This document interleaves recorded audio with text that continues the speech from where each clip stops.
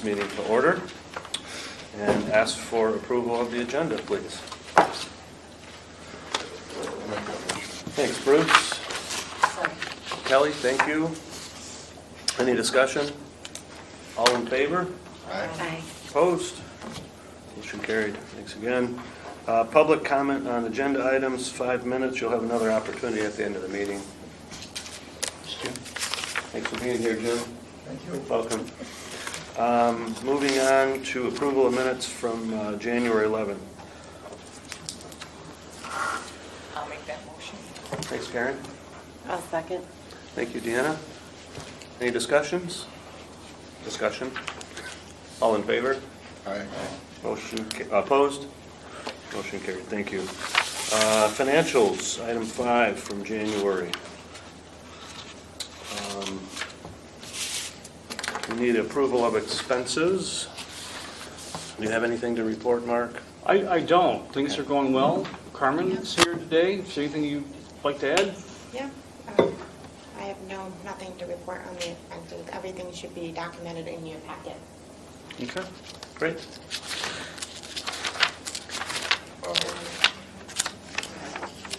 Motion to approve. Thanks, Bruce. Support. Thanks, Annie. Any further discussion, questions? I just have a quick question. Uh-huh. I'm sorry, I should have probably said this before they Fine. approved it. Approval of expenses. We had discussed, but I don't know that it was final approval. I just want clarification of the monies that where the vault is, I know we're calling it now. something. Emerald Cove, that'll be the new term. Yep. Okay, has that been approved? I know we discussed it. Which, The monies that they had asked the DDA for renovations. for facade grant? No, it wasn't a grant. No? No, so the status is that they asked for an OPRA, an Obsolete Property Rehabilitation Act. Yeah. The decision-making authority there is at City Council. Okay. And at the last, a City Council meeting, a couple meetings ago, the City Council actually approved the OPRA certificate. So the DDA's motion of support, which is what I believe we did, was all that we needed to do.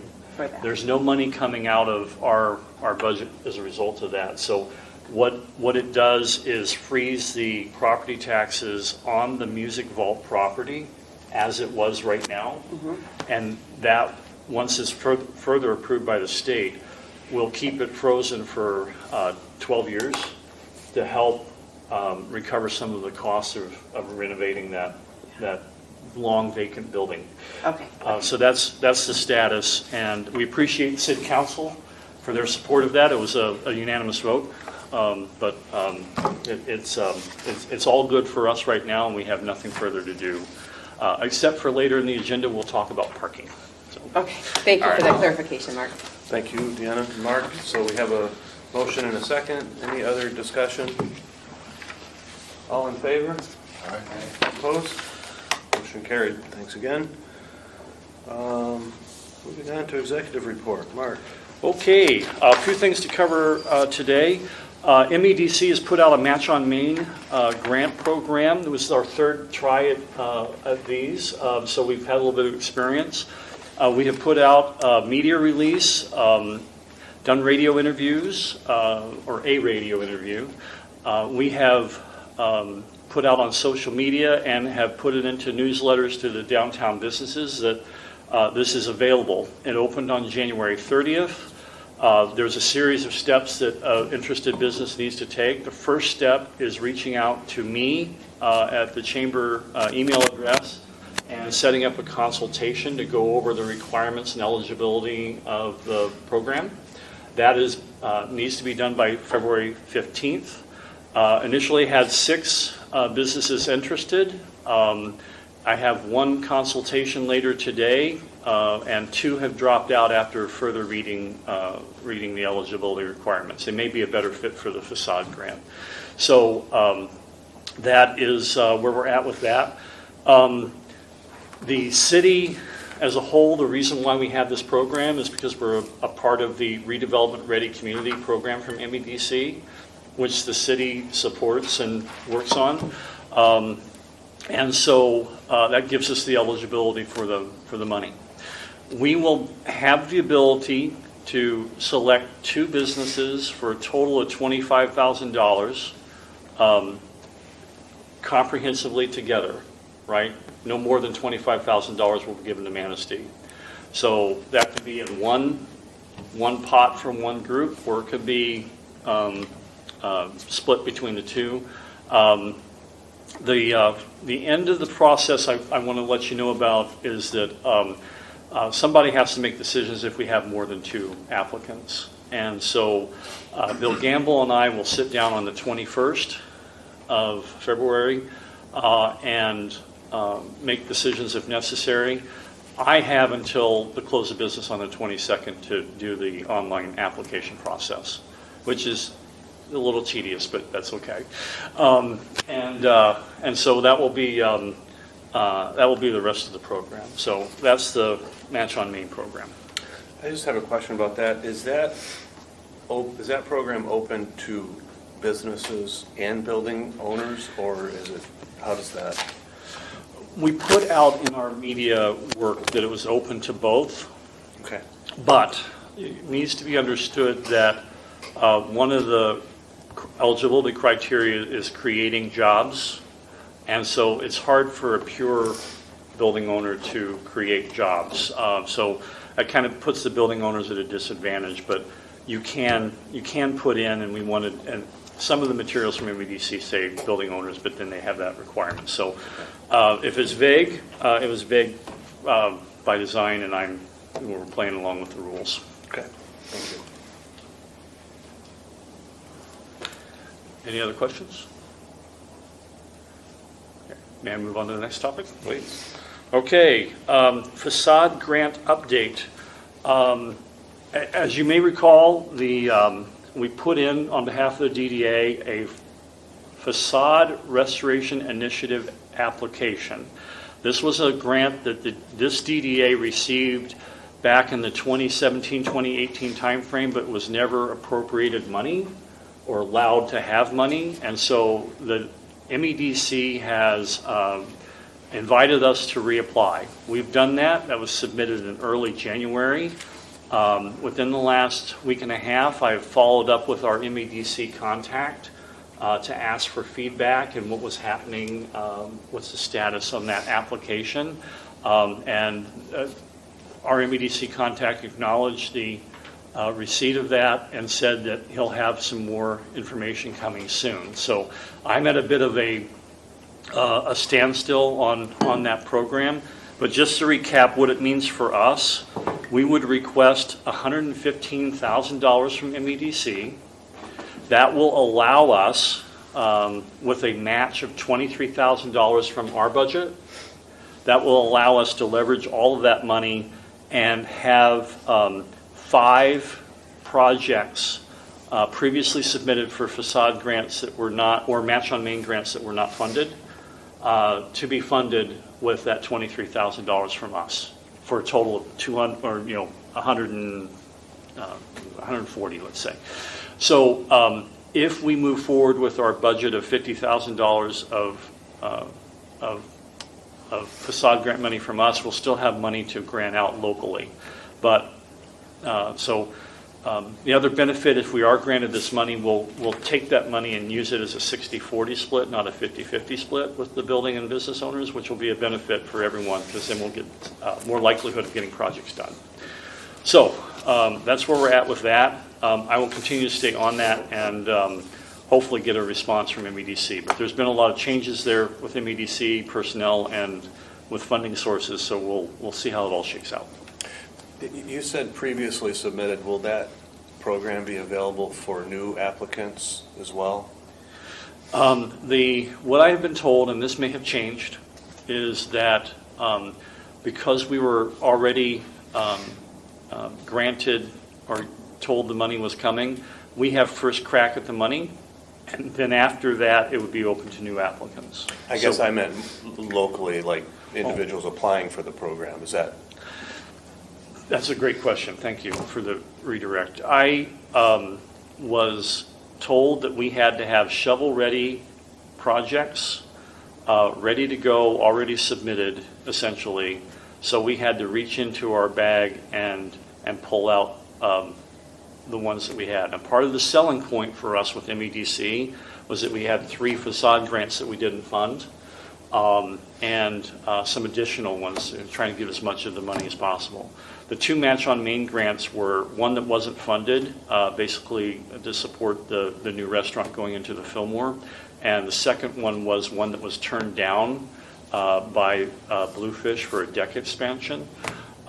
So we're going to go back and try to get money for them and with a little less strings attached. But that's what we had to do in order to comply with the request from MEDC. Okay, thank you. Mm-hmm. Economic development update. I had already mentioned with Deanna's question, the 348 River Street. That was a lot of the work that we've done in the previous month. We're seeing a lot of interest and activity on the restaurant and sweet shop type of front. So you'll see in the economic development report that was sent out Monday night that that there are a number of these coming in. There's always interest in downtown. And I have to stress that again, is that we have more interest for new business owners or expanding business owners than we have places to put them. And so that's a challenge for us. It's a great challenge to have. And we just need to continue to work on where those might go. And then we, as per our contract, we continue to do business retention visits and discussions. And so that's the economic development report for the month of January. Any questions on that? Okay. Lastly, US 31 bridge closure. Just an update there. We still are looking at a July closure of the US 31 bridge. Has been reported by city staff that, and correct me if I'm wrong, Bill, but it's been reported that that some of the steps that need to be taken to firm that timeline up are still waiting on the contractor, and they're essentially waiting on supply chain. They need to make sure they have the materials ordered before they can start the process, right? So that's what the holdup is at the moment, but we still should be on track pending the securing of the materials. So Jeff McCullough offered up to you all a potential presentation on the project in the future, and so if you'd like to see that and bring Jeff in, he's willing to come in and give a presentation. The only thing I'll add is he's met with Sammy from the Visitors Bureau, and she wants to add additional signage, probably billboards and some other things going out downtown Dothan. So I think that's a great addition. But yeah, it's looking like we just need the contractor has to tell us the dates, and then we can kind of get the notice out and figure out getting these things out. Yeah. That's what I was going to ask about. It's like if he's going to do a presentation, can he tell us where the signage would be so that people know what's open? Okay, that's good. We've had some conversations in the past about different potential traffic patterns and that sort of thing. Do we still have that opportunity? So, and later in the agenda, when we talk about the contract to get started with F&D, I think we can engage them with that. Okay, great. Mark, you just said, I want to clarify this, closure in July. I had heard like April to July, but now it's closing in July. It's Did Yeah, that get July moved 5th. back? Am I correct? So July 15th is the date of the closure. Okay. They're going to be starting work, I think it was in April, but that's not going to have the closure until July 15th. Okay, thank you. Mm-hmm. Okay. Should we have any update on the corner? Little River Holdings? Thank you.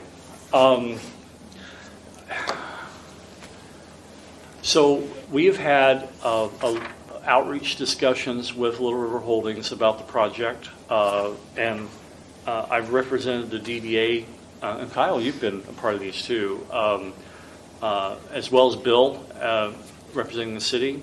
So we've had discussions about the project and where they're heading, and so I don't think anything is set in stone, and they are looking for commitments or input from the DDA and from the city on possibly, I'm going to say possibly, so it gives some wiggle room here, looking at a parking deck or parking garage.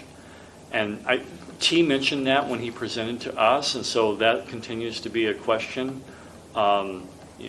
whether or not we would partner on operations and maintenance, and I presume construction by giving up TIF dollars and so forth.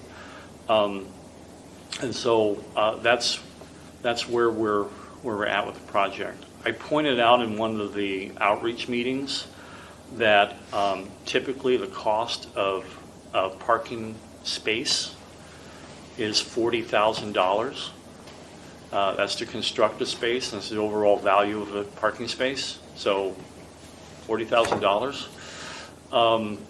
And T pushed back a little bit, said, well, that's Southern Michigan, fair point. But he said 30,000. The number of spaces that would be open to the public as proposed in those meetings would be somewhere between 2.4 and 3.2 million with those two figures. Yeah, I was thinking about the Traverse City one, which I think was double that, but I think the size is a lot bigger. The one they put downtown, Yeah. a lot more. And they're talking about one level, Yeah. so 80 spaces for the Okay. city DDA. Now, the skywalk thing, is that on the table, off the table? On the It's table? off the table, but because the other side of the street's not going to be a large hotel, so that's. And just, my only concern about that, of course, trucks and stuff coming down, but Yeah. we have the wrought iron Manistee, and then then that skywalk will be behind it, so we'll have to make sure somehow that stands Yeah. out. If that stays, it's all going to be up in the air, but, Everything is subject to change. yep. And plans change, and this project certainly has changed a number of times with iterations. Yeah. But T was pretty adamant that the skywalk was out. And it's a group, out. Oh, Yeah. I thought you said in, oh, okay, no, that's right. Out, yeah. Yeah, that would be pretty expensive. Thank you for that. Yeah. Okay, Yeah, I'm done. great, thank you. Committee reports, streetscape plan, back to you, Mark. I'll ask Bill to fill in some of the blanks. We've been working very closely with this with Bill and with George, and appreciate Bill's leadership on this. We have come to an agreement after lots of discussion on a professional services agreement. We have and are proposing 3 different pieces to this. There is the overall guidebook for the streetscape that they will develop. That will be done within this calendar year, and will cost $84,500. We've also opted to, at least in the agreement, have the traffic study, which will get to whether things can be done differently and enhance experience downtown and traffic downtown. That, I believe, is $18,000 for that piece. So that's an add-on as it came in. And then finally, we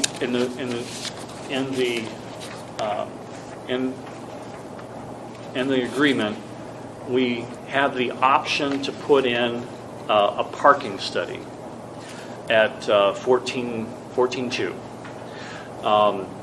So that, I think, as we were negotiating that, we were leaving that as optional. We give ourselves time to have that study, at some point started before the end of the year. I think given the discussions that we've seen at City Council and other venues, I think it would be wise to move forward with the parking study. I've had discussions with Bill and with Kyle, but I think that would be a thing that might be able to help guide some of the decisions in the city and provide information. And we can, in the meantime, say that we're addressing it by having the study done for $14,000. So that's the piece of it. We agreed to terms yesterday, and so we sent the contract to you last night, the marked up version. I now have a clean version for signature, but we'd like to ask for a motion to, actually that's your job, Kyle, I'm sorry, but we're ready to to move on that. And I'm sure that there'll be discussion, but Kyle and Bill, do you have anything else? Just that we worked with George, probably had 3 different meetings, but worked hard to kind of get, you see Exhibit A, you'll see kind of the timeline. Exhibit B, so page 6, 7, really kind of spelling out what's going to be happening in the future. I think it's a good contract to keep them on task. We're ready to move forward. We didn't want to delay it another month. Didn't that, I'm kind of remembering the design, I thought there was in the streetscape, there was a parking adjustments made in that. Or maybe that was just for the drawing. There was an idea about our parking and how to kind of change some things around. But it might It just will be pictures. Yeah, it will be separate, a separate study. However, in the streetscape design, parking is going to be a key component of that. And I've indicated this before, but kind of foreshadowing what's going to happen. But there are transportation guidelines and standards that are law in Michigan, and they're going to apply those standards to our downtown, and that will impact parking and impact how the intersections look. So the intersections will be different, and they're going to key in on intersections and make it more relevant for us as well. So that's the element that will be in the guidebook and be a part of that.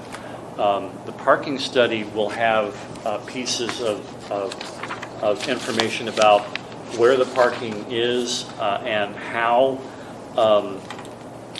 existing and future uses will be impacted by parking, and be able to make some recommendations on how to address those uses and make sure we're adequately addressing those uses.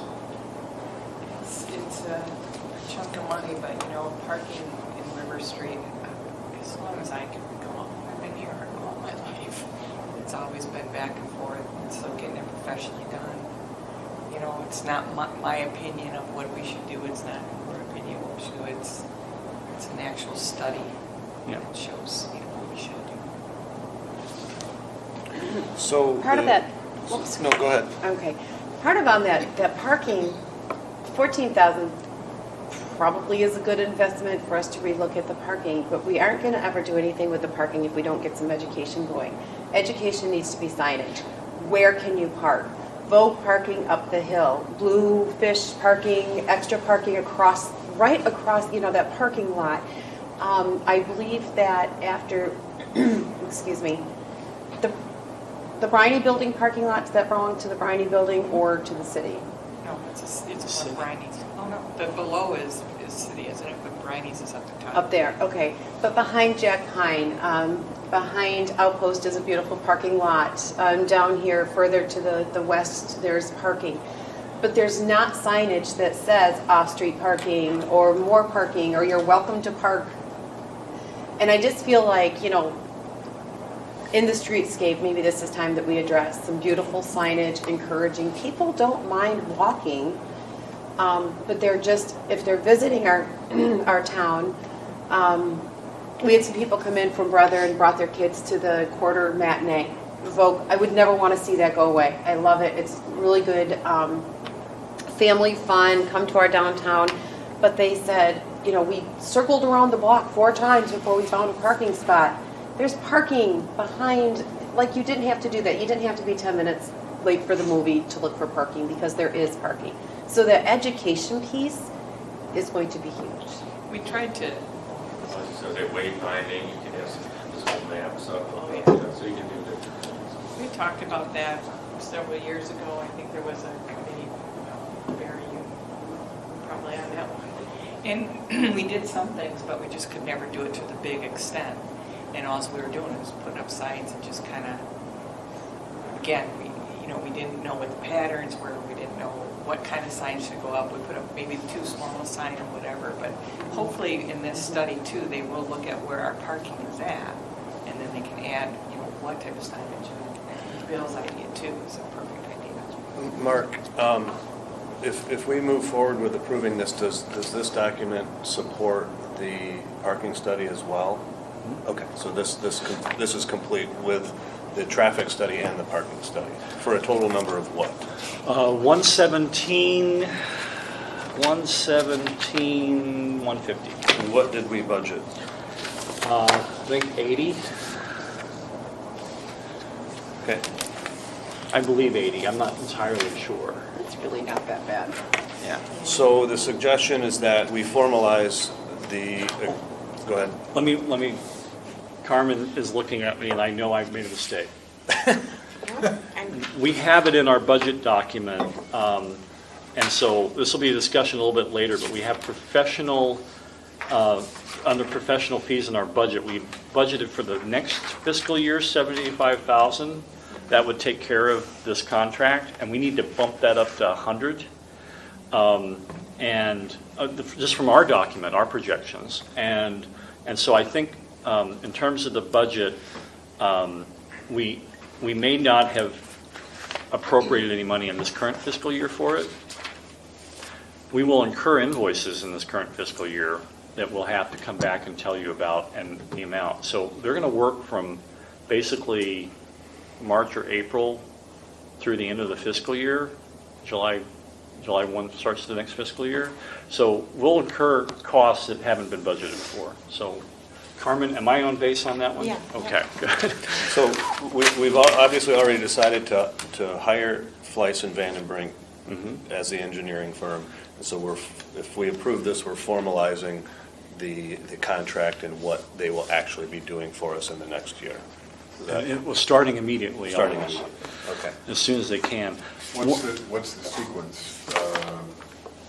We need to approve a different number for the budget first, and then approve the contract, or the contract first? You have 75,000 budgeted for this project this year. I don't think we're going to go through that by June 30th. So I think you're safe, but you will have to amend next year's budget up to allocate funds for this. Yeah.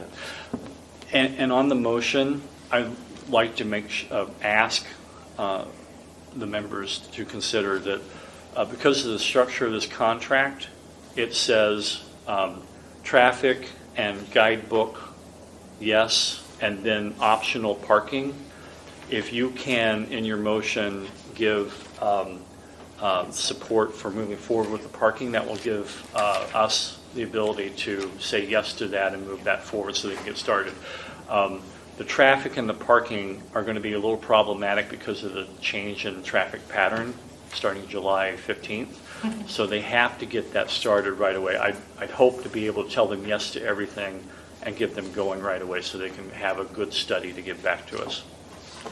I don't want to belabor this, but just one final question about parking, the parking study and what the deliverables are on that. Do they get into, suggested forms of enforcement, or do they get into signage or anything like that, or do they just tell us you have parking spots here and there? No. Let me read from the agreement. This is the last bullet point in the parking study. Complete a technical report that will follow accepted traffic engineering practice and the standards documented by 4 different organizations in the Michigan Vehicle Code. Provide mitigation measures, if any, to accommodate the projected parking demand within the study area. So they'll provide measures and go there. You mentioned enforcement, Chairman. Mm-hmm. I actually had a conversation yesterday with Chief Josh Glass, and he informed me that the police department and George Saylor are looking into ways to do enforcement with following the U.S. Supreme Court guidelines on search and seizures with the case law they have. So he wanted me to pass along to whoever was relevant that they are looking at ways to enforce the 2-hour parking. But you can't chalk tires, right? So they're looking into that. And also, there's also another counter to that, which is there's only so much enforcement activity that can be done by the police force because there's only so many hours in the day and so many officers. So, there are other demands for public safety. I remember the old days when the officer had the walk River Street. Yep. Enforce that. Okay, We so, should say with the wayfinding, Kyle, we don't have to move on the parking study this time, we just to kind of get everything moving, but okay. we could get some more clarification. Are they going to provide some wayfinding for parking? Are they also going to move on to take a look at this parking garage idea with the idea that 10 years from now, we don't want to kick ourselves for not participating? So we could, this was evolving over the last couple of weeks with this little river thing. Well, I appreciate that because I'd like a little bit more information on parking for, we know what's out there, but we don't know how we can enforce, and we don't know the impacts of a parking structure. So, And not to be insulting about that whatsoever, but then we have to have open minds when that report comes back. Going way out there and saying, for a community your size, we find parking meters to be the best example, the best solution to your problem. I'm going way out there. I'm not saying that is. But if that was their findings, then we as a group have to have open minds to maybe open up that study ourselves, or two-way traffic, or whatever they come back at, because it hasn't worked in the past or because we're afraid of change. For $14,000, we have to make sure that our minds are in that investment and that we're going to take their recommendations and be serious about it. Well, I think we're moving the downtown especially into a new phases or new whatever. It's been happening. It's slow, but this building itself was a big change. Mm-hmm. And so I think that, slowly the community is coming with us. But you're right, change is hard. And people like me who grew up here, it's like, oh, it's never been two-way traffic. You got to change with the time. And I think as we build and just rejuvenate our downtown, it's going to need to have some changes. Yeah, and we have I to agree. We have to embrace that, whatever it looks Yeah. like. Mm-hmm. That's all. okay. So in order to move forward, we need to, in some fashion, approve this contract. Well, I would make that motion that we approve the contract as written with the addition of the parking study added in total. Second. Okay. Motion from Karen, second from Bruce for the full contract as it's written. Okay. Any discussion? Any more discussion? Thank you. Just, maybe Kyle, Mark, we can ask if we get some more clarification on what's going to be provided with the parking study.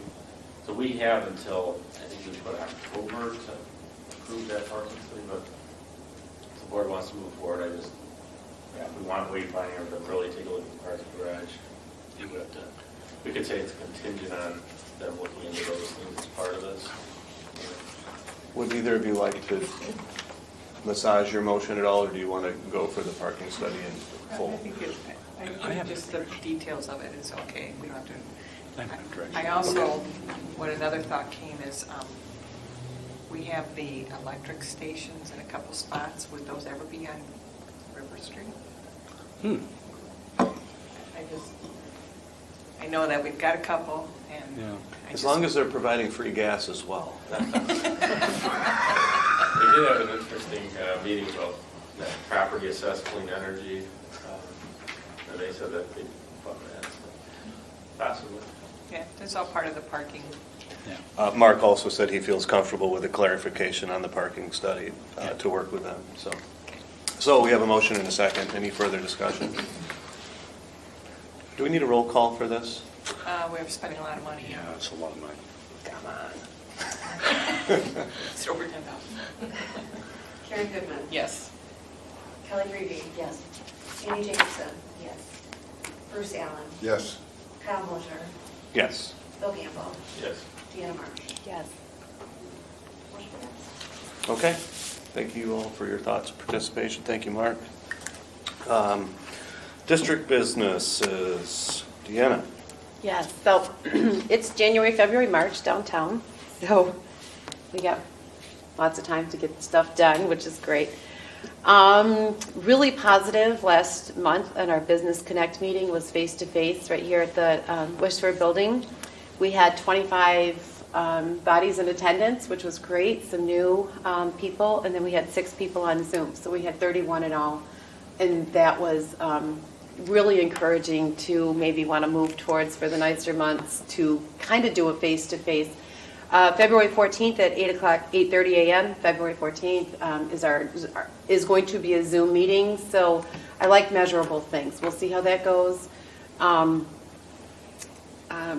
We're doing a really good job of sending out the Zoom meeting requests. I think that if there's any other newer buildings or owners or prospective owners even coming downtown, that they could be invited to these meetings as well. We had a visitor from the veterans. I don't remember the exact name of the group. Do you?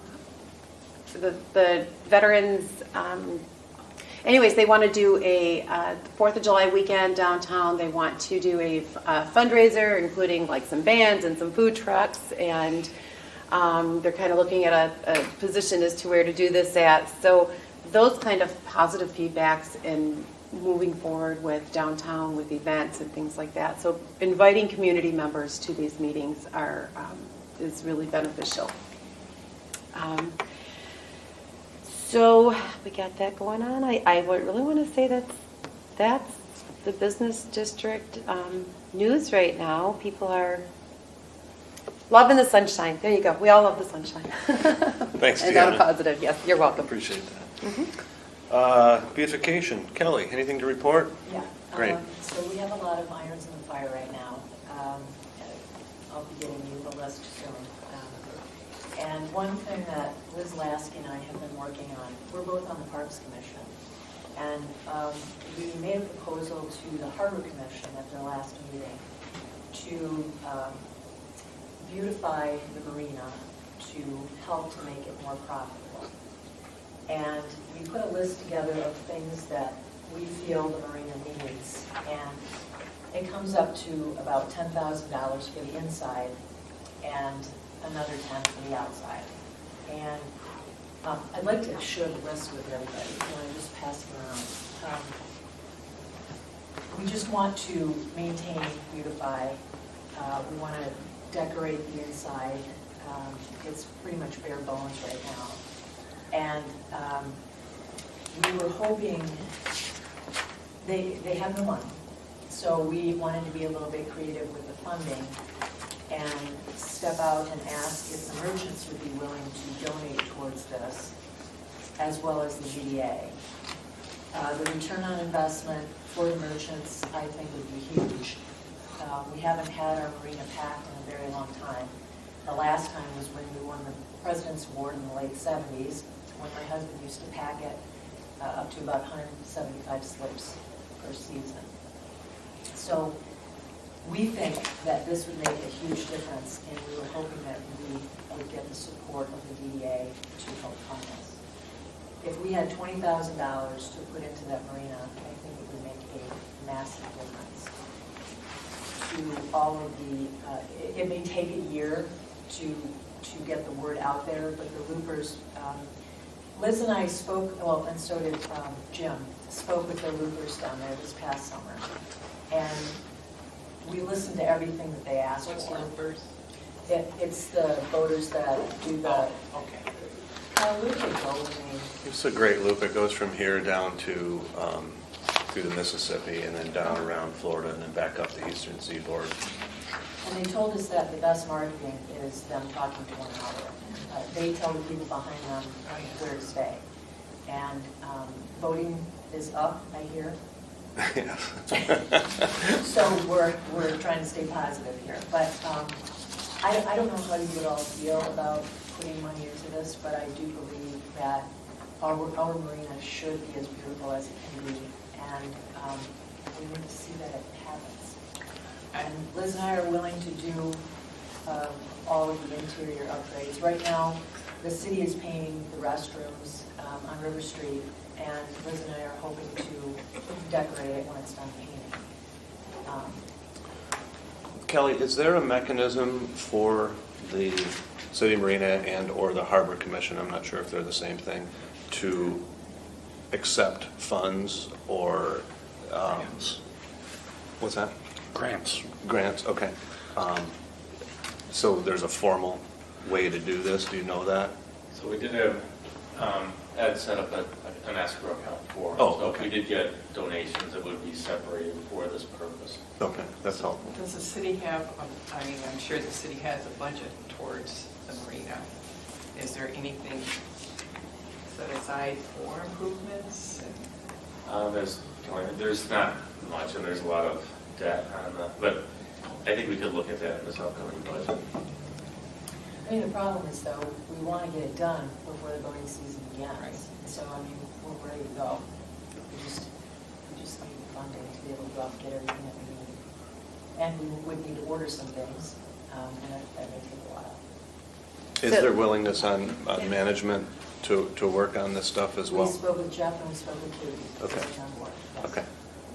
And then what would be, or could we come up with a further program? So you put $20,000 into our marina now, but then maintenance. What are we going to do in the future? Are we here again in 4 years asking for 20,000, or does so much per slip get allocated towards maintenance? I mean, what's the plan? A lot of this stuff, is stuff that they don't have right now.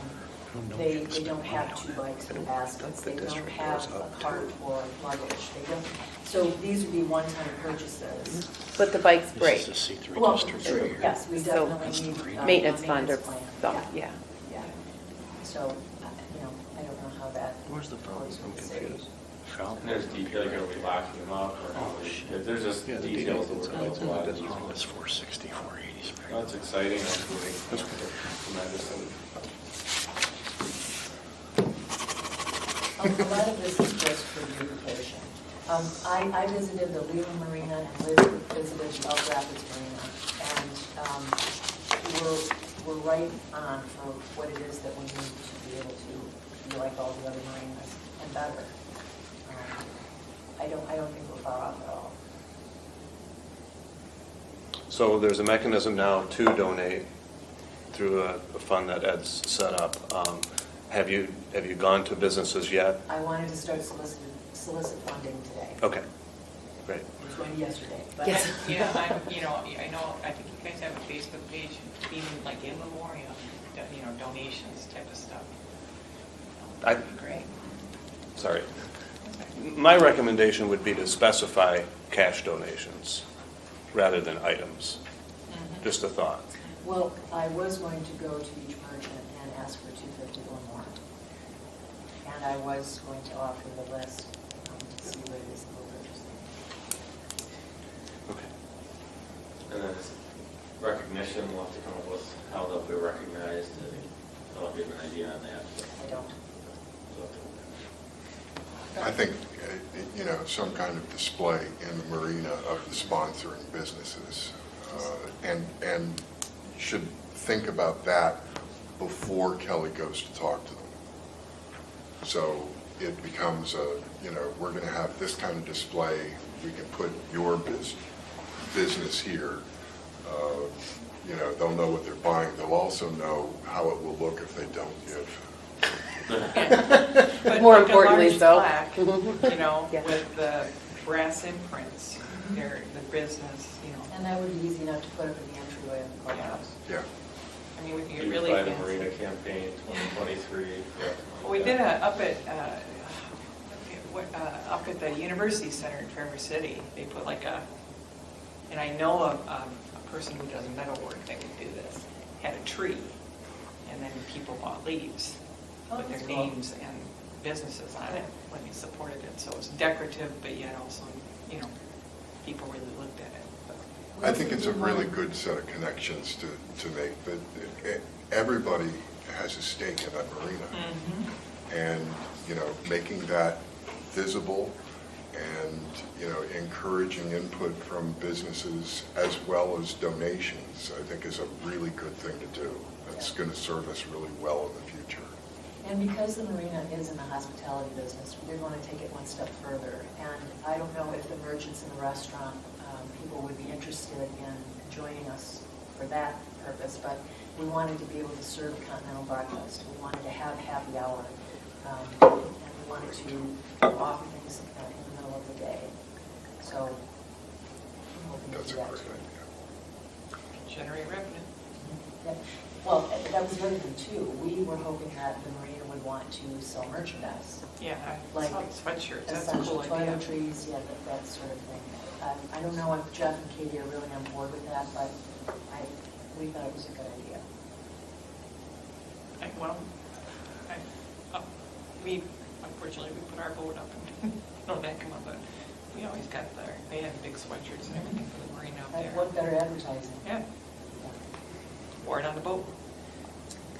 So how do we go about funding that? Do we just ask for donations, or would the DDA be willing to offer up anything towards that? It is in our district. I think we could consider it in our budget. I don't think we can answer today. We could look at the budget and come back next time with a report on if we have anything available this year yet. Personally, I like the idea of asking for cash donations from businesses, because that shows a level of support and would help the DDA in making their decision, for sure. Is it okay if I start soliciting today? Anybody okay with that? You can ask for money anytime. Yeah. Not my favorite thing to do, but not for me. Okay, then about the planters and benches. Last year, I feel like we kind of touched our toe in the water, but it didn't really go as I had planned. Is there a way that we can say, as the DDA, that the planters are the cities to make a more cohesive, intentional design downtown, and not personally for the merchants themselves? Yeah, we paid for them. Okay. Because I think it would look better if it was all the same all the way down River Street. And then if the merchants wanted to put their own, urns or whatever in front of planters in front of their entrances, that would be up to them. Yeah. I don't mind that idea. I like that idea. I don't want to dictate some things, but at the same time, like, I get concerned about, okay, what if they put out like the chartreuse colored whatever in front of their Well, doorway? isn't there rules that they have to follow for the historic district? For plants? Oh, Well, for I don't- design and stuff, yeah. I don't think it's a problem right now. Yeah. Businesses don't put out that many plants. I Right. think you're talking more specifically about the planters that the DDA and the city own. right, the black planters Yeah. and benches, Yeah. we should be able to put where we need to put so it looks like it's done. That's happening. I think that was always the intention, because those planters were purchased with an irrigation system that no longer works. So there were specific spots, and so if we move those, I think that's our decision. Well, I'd like to be able to put them all on the street instead of up against anybody's building. Similar to what happened last summer, right? Not on the street, but further out into the sidewalk, right? Yeah. Okay, There was a watering system for a while. yeah. Okay. I liked it last year, that's just my opinion. We need more planters and we need them to be Paint-haired, yeah. painted. Yeah. Kelly, I think we just have to be really strategic about that. I loved last year. I liked that they were out, but just personally in front of our store and across the street and the one that was up from the Vogue, when we have those scooters downtown, nobody's riding their scooters right up close to the building. I mean, I liked where they were, but when people are walking and somebody has to get out of the way, then they're like jumping that curb and coming back, not in one motion, but pedestrian traffic versus the scooters versus where we put an obstacle. I don't think the scooters are supposed to be on the sidewalk. Yeah, that's what Well, was I mean, they're not, but they are, and I don't want to see Where are you going to tell your kids to ride the scooter? where to In the ride middle of the them. road. I mean, I like it, I'm just trying to troubleshoot danger, you know, Start winning but it. I'd like to talk to you more. Complaint traffic. Okay, well, I thought it looked nice last year. Yeah, they really did, and that the hanging baskets and the planters matched, I mean, beautiful. Do you need direction? If you want to give it to me. No, I'm just, what do you need a decision made today on anything for this? Well, I or- did want to go and talk to Jeff about it, because last time he told me too late, and I wasn't down when they were placing the planters, and they were placed in the wrong places. I feel comfortable giving you that ability to work with Jeff. Can I just add a flavor? And I asked my colleagues to help with this because I want to do this the right way here. One of the things that we recognized was the amount of phone calls that the chamber DDA staff fielded because of a couple of things. We had angry phone calls about, I'm going to say angry because I fielded that one, about putting a bench in front of their storefront when they didn't want one. And they just spent a lot of money on the facade. And so there was that phone call. There were also a lot of phone calls that we all received as a staff, all four of us, on not having locations. Typically had locations, so change was not appreciated, right? So if... You're talking about the flower planters? Yeah. So, however the decision is, if I think that perhaps if it could be, I think meeting with Jeff would be great, plan it out, but then if there's any way to communicate the decision in a way that minimizes that. And we had put together a survey to let the building owners know what, or could choose what they wanted, but it's clearly a different direction than this. So if a communications plan kind of thing can be considered, and one that can maybe, when it's implemented, the decisions are implemented, that it minimizes our staff time spent on dealing with that, that would be greatly appreciated. A presentation at the Downtown Connect.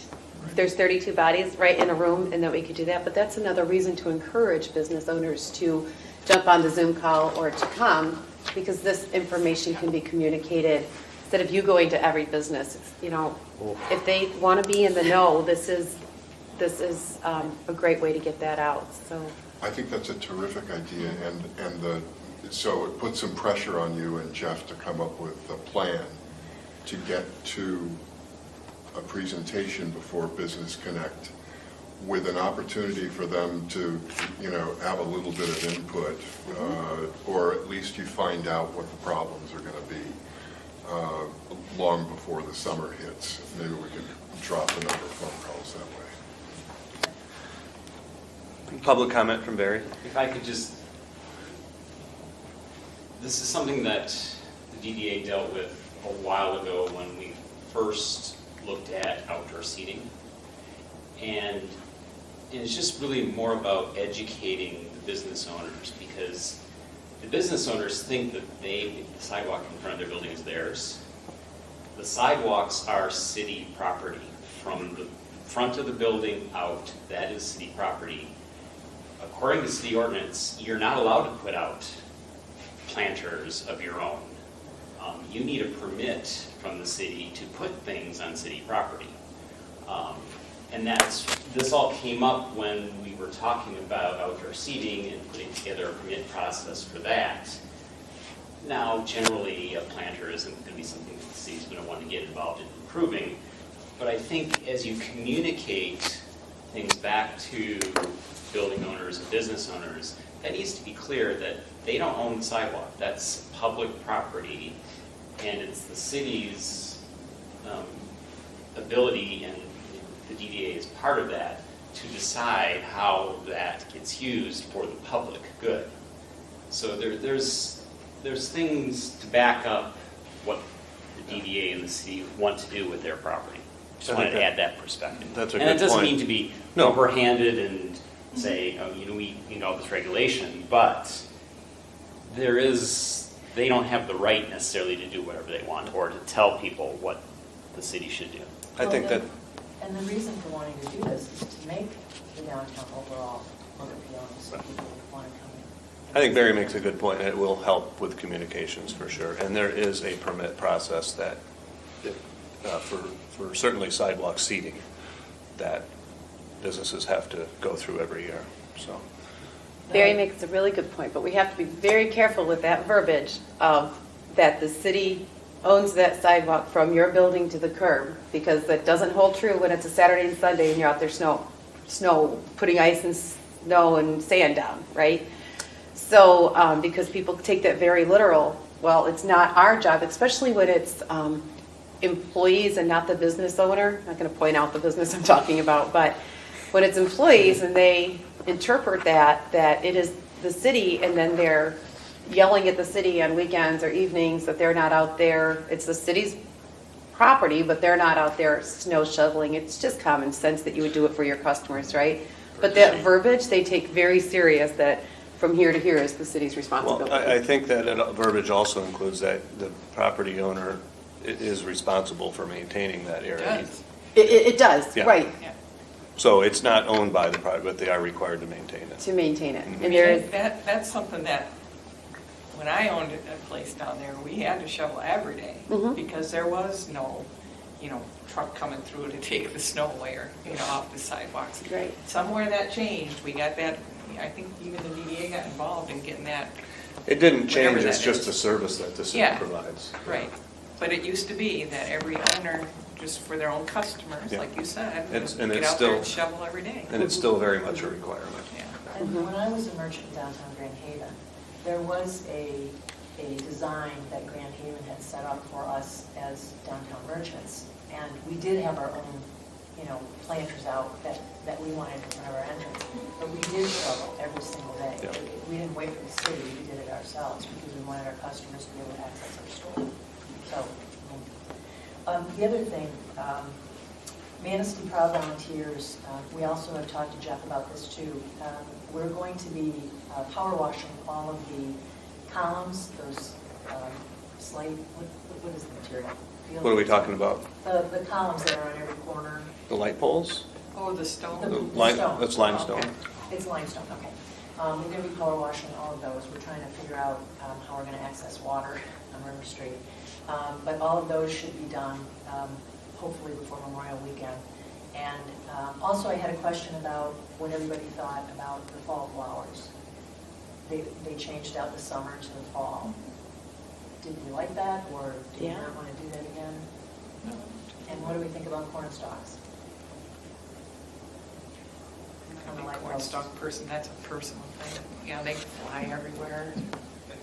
But Well, I called Grand Haven and asked if they change those out, and they add here and there, they add mums and stuff, but they put corn stalks up to make it look more fall. it's- I thought the planters were beautiful last year, the fall planters The with the fall cabbage, planters. right? Was it some kind of cabbage? Yeah, Yeah, it's beautiful. okay. All right, I will just pursue what I can right away. Thank you, Kelly. Yep. Appreciate it. Okay, moving on to old business. Sounds so negative because it's positive stuff, but So the Riverwalk, we had our solicitation went out for the engineer architect from the 10th of January to yesterday, the 7th of February. We only had one bid. We had one come in at 10:15. It was ECT's, but it was late. Couldn't open it. And then, I think F&B, Rick Stout was out and said, with him being on vacation, they missed the window. So it's unfortunate we didn't have, we had three of them. I need to reach out to the other vendor to see what happened, but they contacted the EDA. They'd like to see a competitive bid.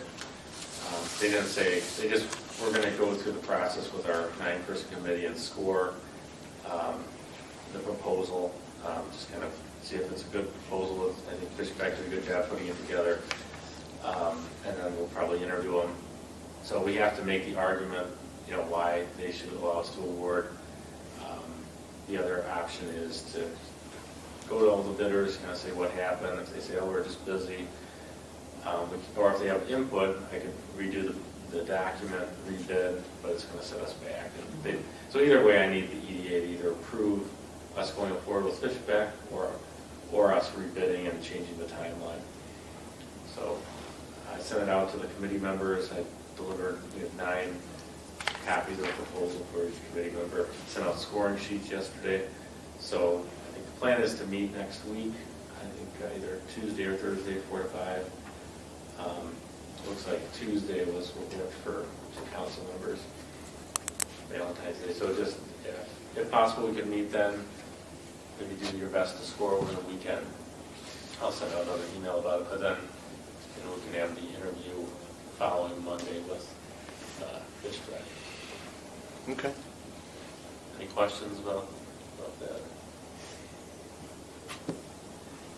It's a 21 megabyte proposal. I can send that to everyone too. And because we only had the one, we just opened the pricing. The pricing was similar to what Spicer had estimated. So, Okay. So they're not way above. And there is one other option after we do the scoring, but we have to kind of take a good look at Fishback first. Okay. Thanks, Bill. New business, budget discussion. So there's no assignment here, but it'll be a tag team. Carmen put together a draft budget for consideration. And on the timeline, we have until, I think, March 10th to get our budget submitted to the city for consideration. That gives us one more meeting to discuss the budget, so we thought we would start now and move forward. Carmen can walk through and answer questions here, but let me just start out with some assumptions. So we have not seen revenue projections yet, and Carmen has had conversations with Ed Bradford about how to handle that, but we wanted to assume a slight increase, and so we've made a 2% increase in revenues on the TIF revenue line in order to conservatively approach what could be an increase. It could be more. We've seen more revenue come in than we've been projecting in the past. So a 2% increase is very conservative, but something that we'd like to include. So you'll see that in the revenue section.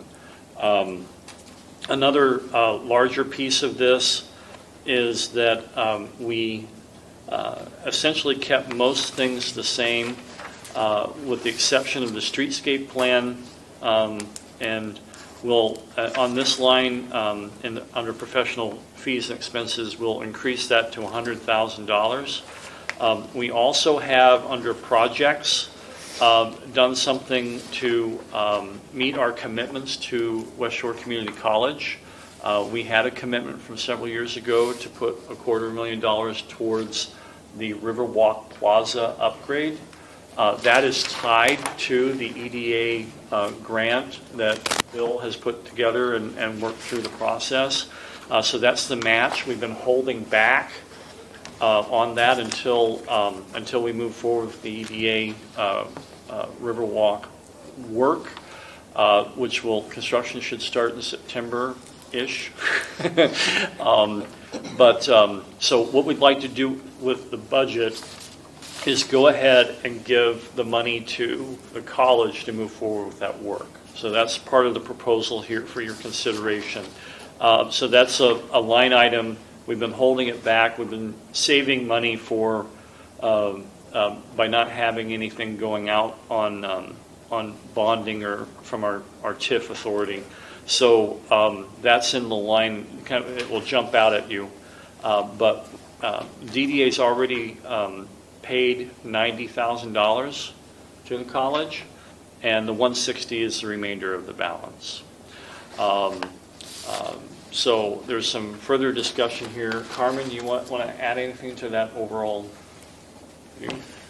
No, one other thing to point out is the, under office-related expenses, under bank service charges, originally budgeted $100, that actually should be increased to about $800, just because we, that would be for the positive pay for West Shore Bank to reduce and eliminate any fraudulent activity on the account.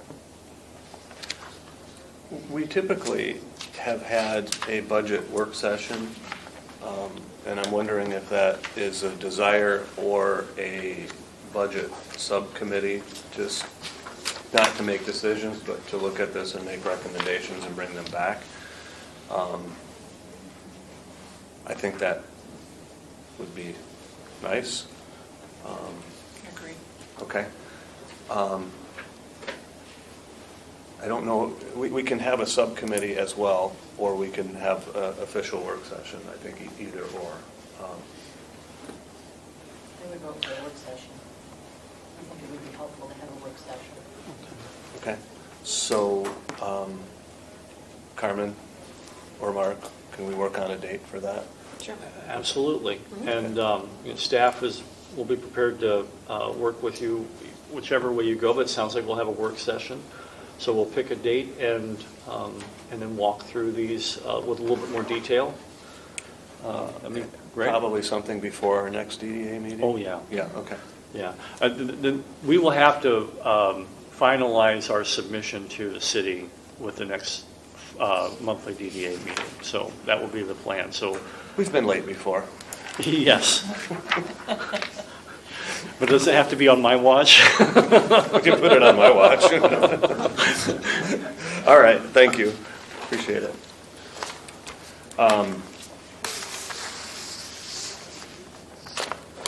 Hops and props? Yeah, we want to point out something to the board, and I'll take it, and then if anybody wants to add in, we'll do that. We have learned and have been informed that the boat club that does hops and props is seeking to take their boat show for Century Boats around the country. So what we've learned is that the trailering of the boats up to Manistee, a lot of the boat owners are from across the country, and they'd like to spread that around. And so there will, for the immediate future, certainly this calendar year, there will not be a boat show coming to Manistee for hops and props. We also have received a letter of resignation from the committee chair, and no one else on the committee has stepped forward to be chair, and so that leaves us in a bit of a limbo with the event. And what we've done on the budget to reflect that piece is that we've zeroed out the hops and props line, assuming that no one will be stepping forward to do an event. These events, and it's been the policy here, is to make sure that there's a committee doing events, not staff. And so, unless we hear otherwise, the direction here is that there will not be a hops and props in 2023. So we wanted to put that out there, and anyone is welcome to volunteer, of course, and go to the committee and do that out away from the DDA. But that's what we've heard and what we're putting into motion here with the budget. So we wanted to make sure we had that conversation here about that. I was never certain why we just kept that one. Like, we got rid of all the other festivals and everything else that we were doing, and we always kept hops and props on that. I wasn't really sure. Well, there only were ever those two that the reason we got rid of the sleigh bell was because they weren't self-functioning.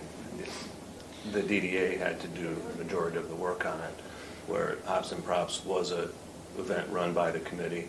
The contract with the chamber allowed for the fiduciary responsibility, and that was it. But But we really didn't clear any kind of profits on that big time, did we? yeah, Did Yeah. we? Pretty About sig- 25,000 was it or something? Certainly 18 to 17, right? Okay. I mean, Pretty we've been in that consistently. range. Yeah. And the Century Boat Club, that's not a new thing. They typically go to other spots. Yeah, so every- Props is out. Every handful of years, yeah. Same as Hops. So, okay, thank you, Mark. Are we going to talk about parking again? Yes, so. Oh, 348, more specific. It's sorry. more specific. So in discussions about the Emerald Can you Cove, tell me what 348 is? I always need the, yeah, oh. Music oh, Vault, okay. Music Vault property. If you Emerald can, Cove Hotel. yeah, start thinking about it as Emerald Cove and the Mill Restaurant. So that's the name that will be moving forward. In the discussions about the Oprah certification and the Brownfield plan at City Council, there was a question raised by a City Council member about parking.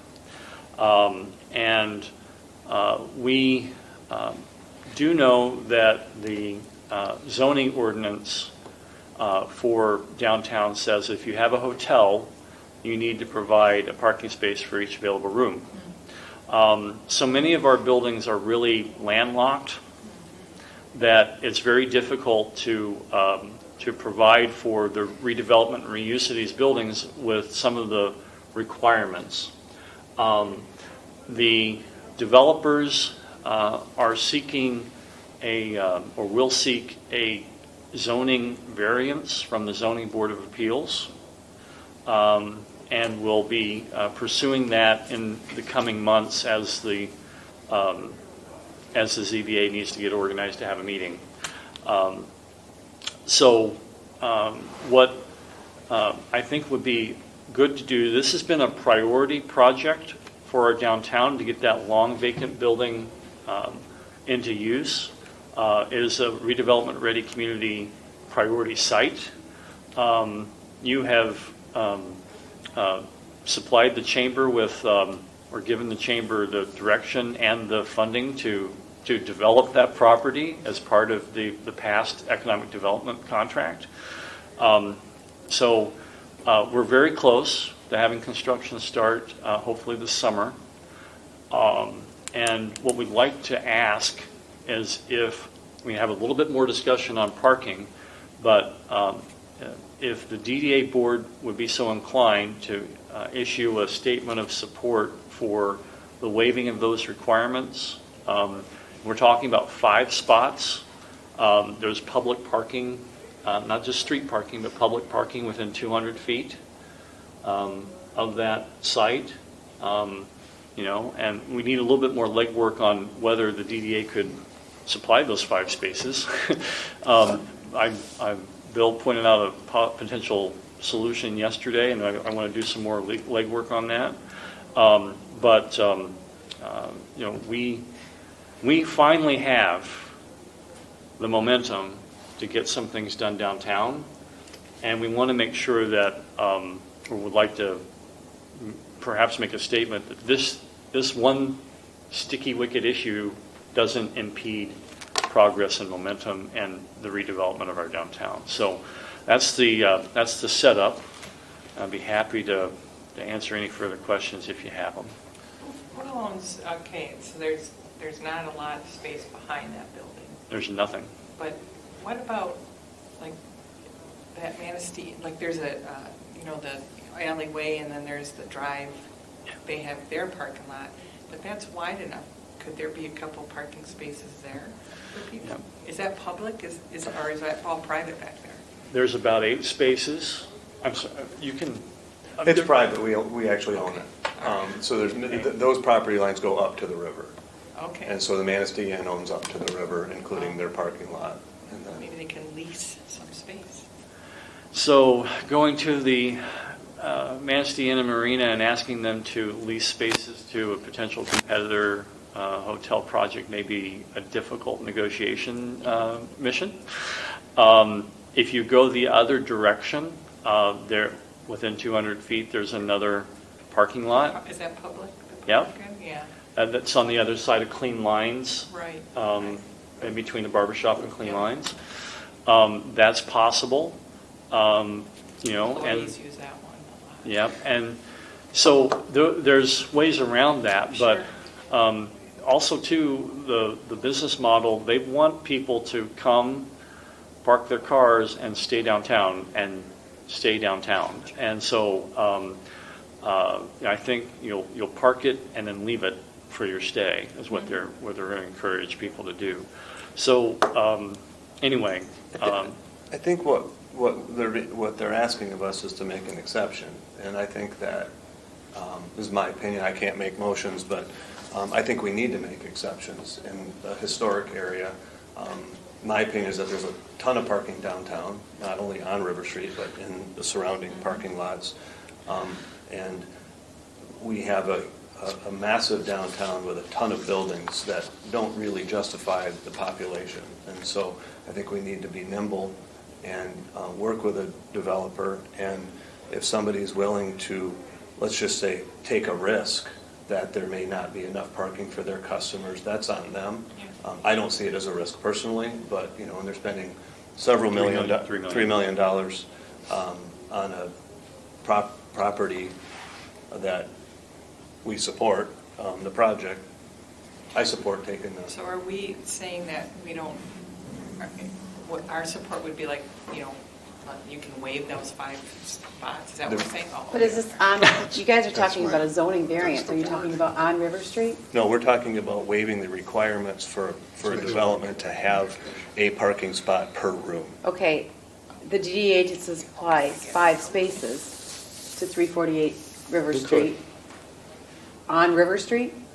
no, Okay, so, it'll be in the public parking space the on parking- River Street, but off the street parking, not the parallel parking. okay. Are we going to, there's going to be a restaurant in there. Are we going to allow the 3 parking spots bump out for seating on this restaurant as well?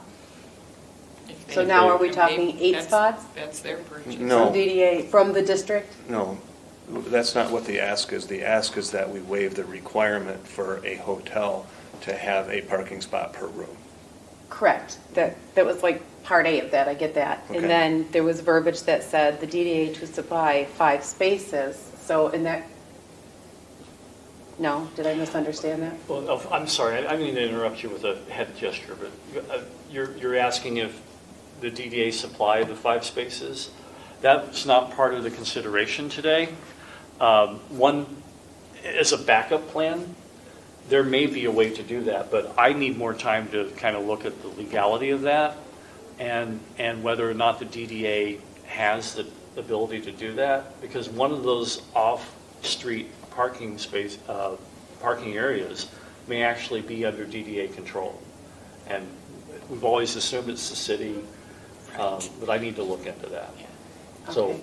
And I think it could be just, I think it just could be a little dangerous territory here as we have other hotels come into the area. If we're looking at a hotel, and yes, they're talking about a parking structure, the Gateway project, but if other hotels come in, are we going to allow them the same zoning variance? Is this, like, are we just doing this moving forward? Are we just doing this for this one property? I think we have to be careful with that as our downtown grows and what we're going to allow variances for. This is an ask specific to this project.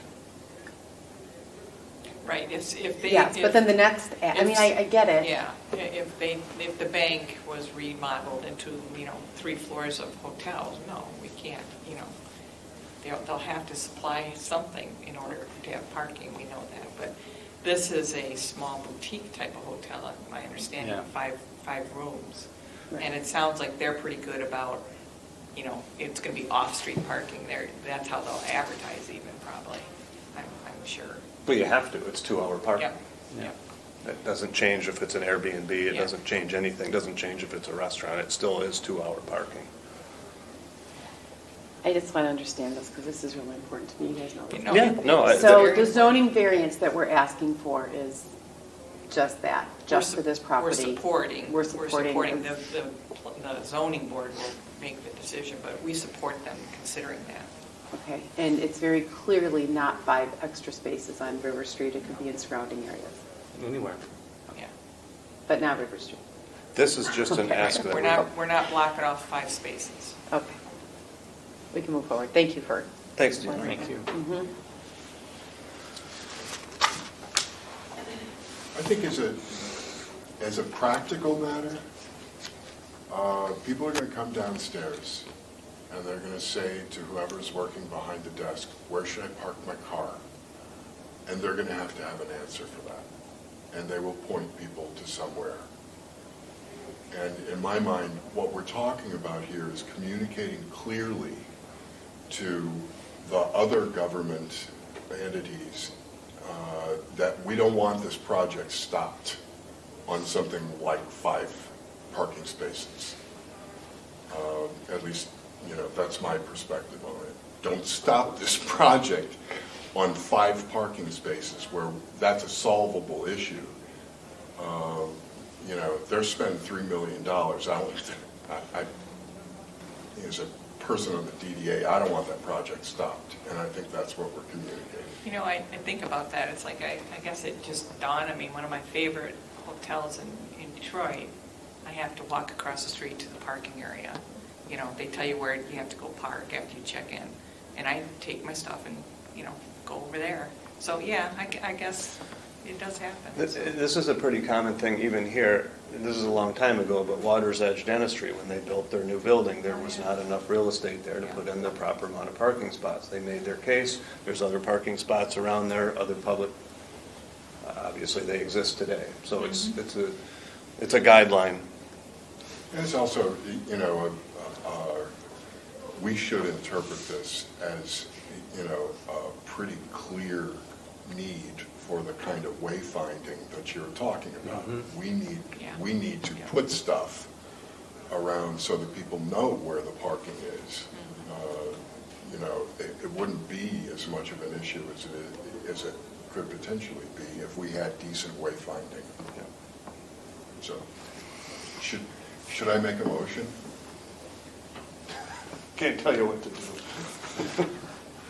I make the motion to support the 348 River Street redevelopment, the Emerald Cove Hotel and the Mill Restaurant, which will develop a decade-long vacant historic building, and express our support to other Manistee entities for waiving the parking requirements for 5 hotel rooms that the project will create.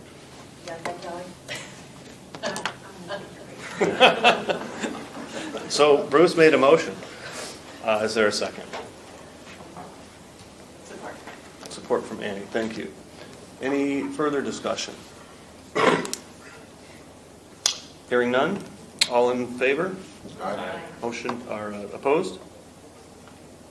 Motion carried. Thank you. Anything else on 348, Mark? No, sir. Okay. Moving on to public comment.